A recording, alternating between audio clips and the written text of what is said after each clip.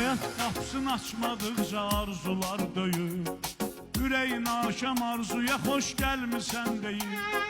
Mənim ürəyim kimsəsizlər evinə bənziyir. Orada bir övlad böyüyür həsrət adında. Bəlkə də xoşbəxtdir o bilmir özü ancaq.